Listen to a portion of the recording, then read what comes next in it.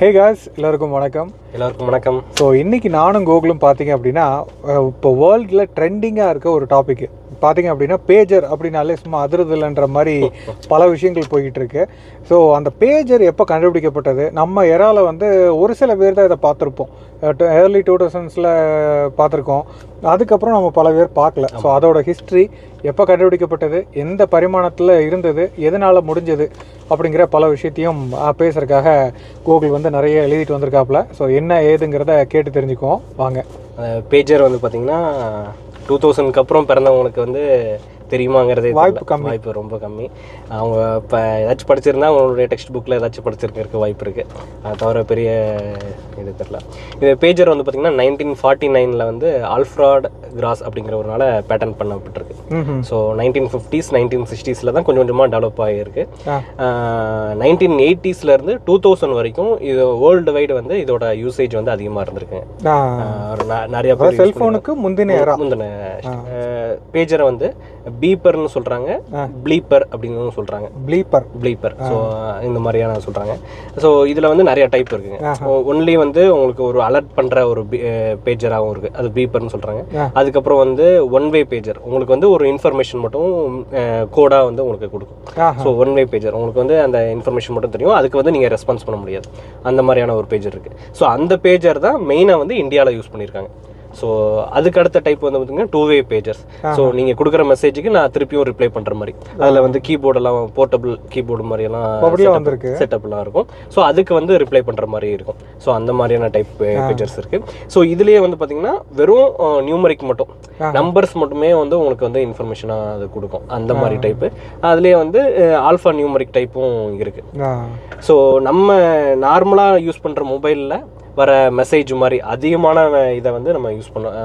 Text வந்து வராது. அதில் ட்விட்டரில் வர மாதிரி ஷார்ட் ரொம்ப ஹேஷ்டேக் போடுறோம்ல, அதில் எவ்வளோ லெட்டர்ஸ் யூஸ் பண்ணுறோம் அந்த கவுண்ட் மட்டும் தான் பார்த்துருக்கேன் கூகுள். எப்படின்னா எங்கள் மேடம் வந்து யூஸ் பண்ணிட்டு இருந்தாங்க. அவங்க ஹஸ்பண்ட் வந்து ட்ராவலிங்கில் இருந்தாங்க.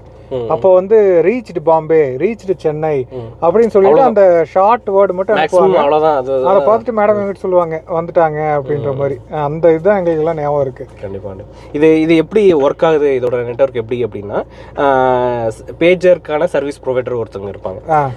ஸோ நான் வந்து உங்களுக்கு வந்து இன்ஃபர்மேஷன் கொடுக்கணும் அப்படின்னா நான் வந்து என்ன பண்ணுவேன்னா அந்த சர்வீஸ் ப்ரொவைடருக்கு கால் பண்ணி இந்த நம்பருக்கு வந்து எனக்கு வந்து இந்த மெசேஜ் கொடுக்கணும் அப்படின்னு சொல்லி நான் வந்து கன்வே பண்ணுவேன். ஸோ அவங்க வந்து என்ன பண்ணுவாங்கன்னா அதை வந்து கோடா கன்வெர்ட் பண்ணி உங்களுக்கு வந்து அந்த மெசேஜை வந்து ட்ரான்ஸ்ஃபர் பண்ணுவாங்க. ஸோ இந்த மாதிரி தான் வந்து அந்த பேஜர் வந்து ரன் ஆகிட்டு இருக்கு. ட்ரங்க் கால் மாதிரி. ஆமாம். இந்த பேஜர்ஸ் வந்து இனிஷியலாக வந்து மெடிக்கல் ஃபீல்டில் யூஸ் பண்ணியிருக்காங்க. ஸோ ஒரு எமர்ஜென்சியாக ஒரு பேஷண்ட்டை வந்து ஒரு டாக்டரை ட்ரீட் பண்ணிட்டு இருக்காருன்னா அவருக்கு ஏதாச்சும் இன்னொரு டாக்டரோட சப்போர்ட் வேணும் அப்படின்னா, அவர்கிட்ட இருந்து ஏதாச்சும் இன்ஃபர்மேஷன் ஏதாச்சும் கொடுக்கணும் அப்படின்னா அவருக்கு கொடுக்கறதுக்கு இந்த இனிஷியலாக யூஸ் பண்ணியிருக்காங்க இந்த பேஜர்ஸ். ஓகே. அதுக்கப்புறம் வந்து ஃபுட் டெலிவரி ஏரியாவில் வந்து அந்த பீப்பர்னு சொன்ன டைப் ஆஃப் பேஜர் அது யூஸ் பண்ணியிருக்காங்க. ஏன்னா நீங்கள் வந்து ஒரு ஃபுட்டாக இது ஆர்டர் கொடுத்துருக்கீங்க. மால்ஸில் வந்து அந்த ஒரு சின்ன இது மாதிரி கொடுக்குறாங்க, பீப்பர்ஸ் மாதிரி. நம்ம எடுத்துட்டு போய் உட்காந்துக்கணும். நம்ம ஃபுட் ரெடி ஆயிடுச்சு அப்படின்னா அங்க இருந்து சிக்னல் அனுப்புவாங்க, இங்க பீப் பீப் பீப்னு அடிக்கும். சோ சிமிலர் இதே மாதிரி தான் இருந்திருக்கு. இன்னைக்கு அந்த டெக்னாலஜி வந்து பயன்படுத்துறாங்க. அட்வான்ஸா வேற டைப் ஆஃப் வேற டைப்ல வருது. டிஜிட்டலா இந்த ஒரு டிஸ்பிளேவும் இருக்காது. சிம்பிளா ஒரு லைட், ஒரு கன்சோல், அவ்வளவுதான். அது மாதிரி. அதுக்கப்புறம் வந்து பார்த்தீங்கன்னா டிசாஸ்டர் மேனேஜ்மெண்ட்டில் வந்து இது யூஸ் பண்ணியிருக்காங்க. ஏன்னா வந்து இந்த பேஜர்ஸ் வந்து எந்த வித புயல் மழையோ எது இருந்தாலும் வந்து இது பெருசாக அஃபெக்ட் ஆகாது. ஸோ உங்களுக்கு சேர வேண்டிய என்ன கம்யூனிகேஷனோ அது வந்து ஈஸியாக ரீச் ஆயிரும். மெசேஜஸ் வந்து ஈஸியாக ரீச் ஆயிரும். ஸோ அதனால வந்து இது பெருசாக யூஸ் பண்ணியிருக்காங்க. ஓகே. ஸோ இதுதான் யூசேஜை பொறுத்த வரைக்கும். இதில் இன்னொரு டைப் ஆஃப் யூசேஜ் வந்து எங்கன்னா 1990s யூகே அண்டு பிரிட்டிஷ் அயர்லாண்டில் ஒரு குறிப்பிட்ட ஒரு பேஜர்ஸ் பிராண்ட் என்ன பண்ணியிருக்காங்கன்னா, இந்த பேர்டு வாட்சர்ஸ் இருக்காங்களே, பறவையில பார்க்குறவங்க, ஸோ அவங்களுக்குன்னே தனியாக ஒரு பேஜர்ஸை உருவாக்கியிருக்காங்க. ஸோ ஒரு அரிய வகை பறவை ஒரு இடத்துல வருது அப்படின்னா அவங்களுக்கு அலர்ட் பண்ணுறதுக்காகவே இந்த பேஜர்ஸை வந்து கொடுத்துருக்காங்க. இதோட யூசேஜ்னு பார்த்தோம்னா ஒவ்வொரு ஸ்டேஜ்லையும் வேற வேற மாதிரி இருந்திருக்கு. டிசாஸ்டர் எங்கே இருக்குது, இந்த பேர்டு வாட்சர்ஸ் எங்கே இருக்குது, கண்டிப்பாக ரெண்டுமே வேற வேற இது. ஸோ இந்த அளவுக்கு வந்திருக்கு. இந்தியாவில் வந்து பார்த்தீங்கன்னா 93, 94 அந்த ரீஜியனில் தான் உள்ளே வருது பேஜர் வந்து. 2000 to 2003 வந்து ஒரு 10 years கூட இல்லை, அதுக்குள்ளேயே வந்து இதோட இது முடிஞ்சிருது, யூசேஜ் வந்து முடிஞ்சிருது. நமக்கு வந்து லேட்டாக வந்துச்சு. ஏன் இந்தியாவில் வந்து உள்ளே வந்தவரையும் நிறையா பேர் ஏன் யூஸ் பண்ணாங்க அப்படின்னா, செல்ஃபோன்ஸ் யூஸ் பண்ணுறதோ இல்லை லேண்ட்லைன் யூஸ் பண்ணுறதோ அது வந்து ரொம்ப கஷ்டமாக இருந்துச்சு. என்னென்னா லேண்ட்லைன் வந்து நீங்கள் கனெக்ஷன் எடுக்கிறதுனாலே அது ஒரு ஒரு பெரிய ப்ராசஸாக இருந்துச்சு. அதுக்கு ரொம்ப நாள் வெயிட் பண்ணுற மாதிரி இருந்துச்சு. அதுக்கான டெபாசிட் ஃபீ, அதுக்கான மந்த்லி ஃபீ அதெல்லாமே வந்து ரொம்ப ஜாஸ்தியாக இருந்துச்சு. ஸோ செல்ஃபோனுக்கும் அதே ரேஞ்சு தான். அதாவது ட்ராவல் டைமில் நம்ம வயர்லெஸ் கம்யூனிகேஷன் தான் தேவை. அந்த ஒரு ஏரா, அதாவது வயர்லெஸ் இருந்துச்சு. வயர்டு கம்யூனிகேஷன்ஸ் இருந்தப்போ நம்ம ட்ரங்க் கால்ஸ் இது மாதிரிலாம் பண்ணி பேசுவோம். இங்கேருந்து சென்னை பேசணும் அப்படின்னா அந்த காலத்துலலாம் ட்ரங்க் கால் யூஸ் பண்ணுவாங்க. வயர்லெஸ் கம்யூனிகேஷன் பேஜர்லாம் வந்ததுக்கப்புறம் நம்ம ஆன் தி கோல மெசேஜஸ் பார்த்துக்க முடியும். அதனால ஒரு நல்ல ஹிட் ஆச்சு. அதுக்கப்புறம் வந்து பார்த்தீங்கன்னா 2002 போது நம்மளுடைய செல்ஃபோனோட டாமினேஷன்ஸ், பிளாக் டிஸ்பிளே ஃபோன்ஸ் இது வந்து 2000ஸ்லேயே வர ஆரம்பிச்சிச்சு. இந்தியாவுக்குள்ளே ரொம்ப டாமினேட் ஆகி வர்றது வந்து 2000க்கு மேலே தான். பேஜரோட அந்த எராவும் அப்போ தான் ஸ்டாப் ஆகுது. ஸோ பல கண்ட்ரீஸில் வந்து வேறு யூசேஜ் வந்து லாஸ்ட்டு 2020 முடிஞ்சிருதுங்க. பேஜர்ஸோட இது மேக்ஸிமம் எல்லா கண்ட்ரீஸ்லையும் முடிஞ்சிருது. மேஜராக வந்து பார்த்தீங்கன்னா ஜப்பான்லாம் வந்து அடிக்கடி இந்த டிசாஸ்டர் நடக்கிறாங்க. ஸோ அங்கேயே வந்து இதோட யூசேஜ் வந்து இப்போ டோட்டலாக ஸ்டாப் பண்ணிட்டாங்க. இந்த ஒரு பழைய டெக்னாலஜி, ஒரு 20 இயர்ஸ்க்கு முன்னாடி இருக்கிற யூஸ் பண்ண ஒரு பழைய டெக்னாலஜி ஏன் லெபனானில் யூஸ் பண்ணாங்க? லெபனானில் யூஸ் பண்ணுறது பார்த்தீங்க அப்படின்னா ஹெஸ்புல்லா அமைப்பு.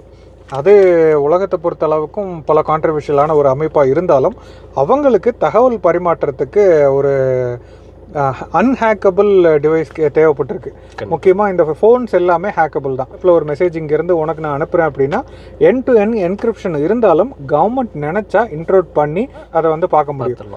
ஆனால் இந்த மாதிரி பேஜஸ் எல்லாம் வந்து ஒரு ரேடியோ ஃப்ரீக்வன்சி டைப்பில் ஒர்க் ஆகக்கூடிய ஒரு விஷயங்கள். ஸோ அதை வந்து அந்த அளவுக்கு பேஜரில் டெக்னாலஜி கிடையாது. போய் உட்காந்து ஹேக் பண்ணுற அளவுக்கு ரிமோட்டில் இருந்து பண்ணுற அளவுக்கு அது கிடையாது. எங்கே இருக்கு ஒரு ஷார்ட் மெசேஜஸ் அனுப்பக்கூடிய ஒரு டிவைசஸ். அதனால தான் வந்து குறிப்பிட்ட ஒரு 6 மாதம் 7 மாதத்துக்குள்ளே அதிகப்படியான ஒரு எண்ணிக்கையில் அதை வாங்கி யூஸ் பண்ணியிருக்காங்க. ஸோ அவங்களோட தகவல் பரிமாற்றத்துக்காக. ஸோ அதை வந்து இஸ்ரேல் எப்படியோ தெரிஞ்சுக்கிட்டு அந்த பையர்ஸ் எங்கே வாங்குறாங்களோ அந்த செல்லர்ஸ்டையே வந்து இன்டரப்ட் பண்ணி யாருக்குமே தெரியாத அளவுக்கு இவ்வளோ பெரிய விஷயம். அதாவது ஒரு 2 பேட்டரி இருக்கும் போல ஒரு பேஜரில், அதில் ஒரு பேட்டரியை வந்து இவங்க வெடிபொருளாக மாற்றி யூஸ் பண்ணியிருக்காங்க. அதுவும் இவங்க கிட்டத்தட்ட 6-7 மாசமா அதை பயன்படுத்தியிருக்காங்க. வெடிக்காமல் இருந்ததே ஒரு ஆச்சரியம் தான். ஒரு மெசேஜ் மாதிரி வந்திருக்கும் போல இருக்கு. ஒரு மெசேஜ் வெடிக்கிறதுக்கு முன்னாடி ஒரு 10 பீப் அடிச்சிருக்கு. 10 பீப் அடிச்சு தான் அது வந்து பிளாஸ்ட் ஆகிருக்கு. இதை வந்து இஸ்ரேல் ஏன் இந்த அளவுக்கு ஒரு ஸ்ட்ராட்டஜியாக யோசிப்பான்னு சொல்லிட்டு யாருமே யோசிச்சதில்லை இது வரைக்கும். இந்த உலக லெவலில் நம்ம இது வரைக்கும் பார்த்த வார்ஸ் எல்லாமே இந்த அளவுக்கு ஒரு ஸ்ட்ராட்டஜிக்காக யாரும் பண்ணதே கிடையாது. நமக்கு தெரிஞ்ச விஷயங்களை கலெக்ட் பண்ணி நம்ம இன்றைக்கி பேசியிருக்கோம். மீண்டும் இது போல் ஒரு சூப்பரான வீடியோவில் உங்களை சந்திக்கிறேன். முக்கியமாக நாடோடி ராம் அவரோட வீடியோ வந்து போட்டிருந்தேன் கூகுளில். அந்த 1 வருஷம் 1 லட்சம் கிலோமீட்டர் ஓட்டின ஒரு விஷயம், சூப்பரான ஒரு வீடியோ ஏற்கனவே அப்லோட் பண்ணியிருக்கேன். ஐ பட்டனில் வந்து லிங்க் தரேன், டிஸ்கிரிப்ஷனில் லிங்க் இருக்கும், பாருங்கள். ஸோ மீண்டும் இது போல் ஒரு சூப்பர் வீடியோவில் சூப்பரான டாபிக் கூட நானும் கூகுளும் உங்களை சந்திக்கிறோம். ஊட்டி வீடியோ அப்கமிங். என்ன கூகுள் ஒரு நல்ல பதிவில் கண்டிப்பாக மீட் பண்ணலாம் கூகுளில். தேங்க்யூ.